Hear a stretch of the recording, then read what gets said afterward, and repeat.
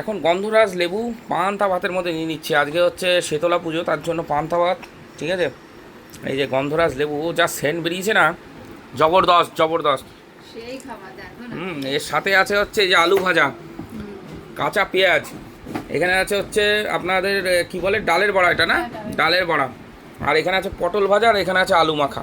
তো এই দিয়ে সব কিছু দিয়ে এটা জমিয়ে খাওয়াবে। কিন্তু সত্যি কথা বলতে এই বাসমতি চালের পান্তা খেয়ে মজা নেই। মজা হচ্ছে মিনিকেট চাল বা মোটা চাল হোক তাও ভালো। ঠিক আছে, লবণ দাও তার মধ্যে। হ্যাঁ, মোটা চাল হোক তার একটা না না অত টেস্ট পাওয়া যায় না, অত টেস্ট পাওয়া যায় না, আরও লাগবে। ওইটুকু হবে না, দাঁড়াও দেখছি। না না দেখছি, আমি খেয়ে নিই আগে একটু, খেয়ে দেখে নি সব ঠিক আছে নাকি।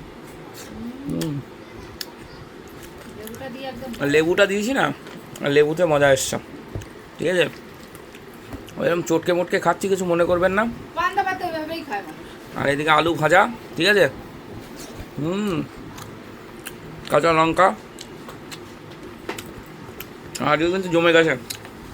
তাহলে এরকম ধরনের খাবার কাদের পছন্দ অবশ্যই কমেন্ট করবেন। ঠিক আছে,